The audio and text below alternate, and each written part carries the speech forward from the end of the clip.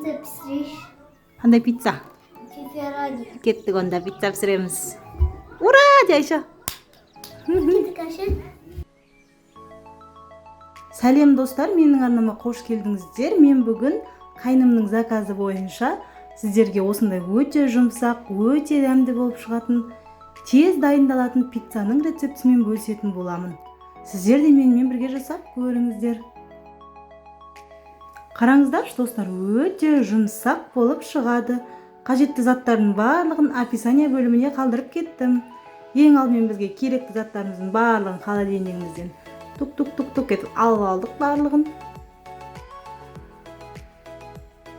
Ең алдымен ыдысымызға суымызды құямыз және оның үстінен сұйық майымызды құямыз.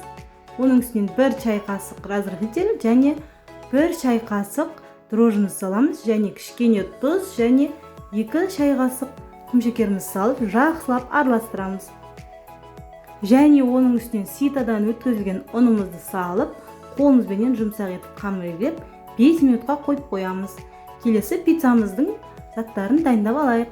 Помидорларымызды турап аламыз.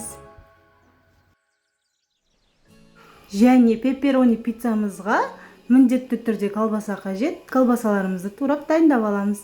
Және алдын ала сырымызды теркамыздан өткізіп, өзімізге ыңғайлы болу үшін дайындап аламыз. Келесі соусын дайындаймыз.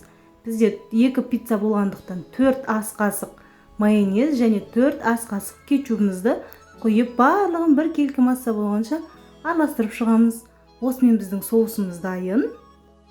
Келесі ұнымызды сеуіп, қамырымызды 2 бөлікке бөліп, жайып аламыз.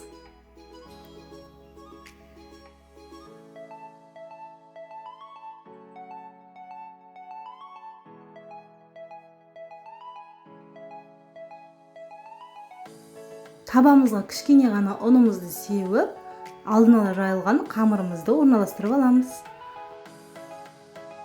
Және алдын ала дайындалған соусымызды 2 қамырымызға бөліп, жағып шығамыз. Помидорларымызды орналастырамыз.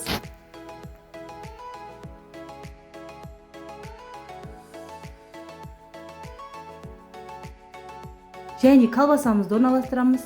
Екінші пиццаны сәл бөліктеу етіп жасаймыз. Оған піскен ет және жұмыртқа құямыз. Бұл пиццамызда өте ерекше дәмді болып шығады, достар. Сырымызды бетіне барлығына сеуіп аламыз және пешімізде 220 градуста 15-20 минут пісіріп аламыз. Осымен біздің өте керемет, өте жұмсақ, өте оңай дайындалатын пиццаларымыз дайын, достар. Сіздер де жасап көріңіздер. Барлықтарыңызға ас болсын. Менің арнама тіркеліп, лайк басып, комментарий жазуды ұмытпаңыздар.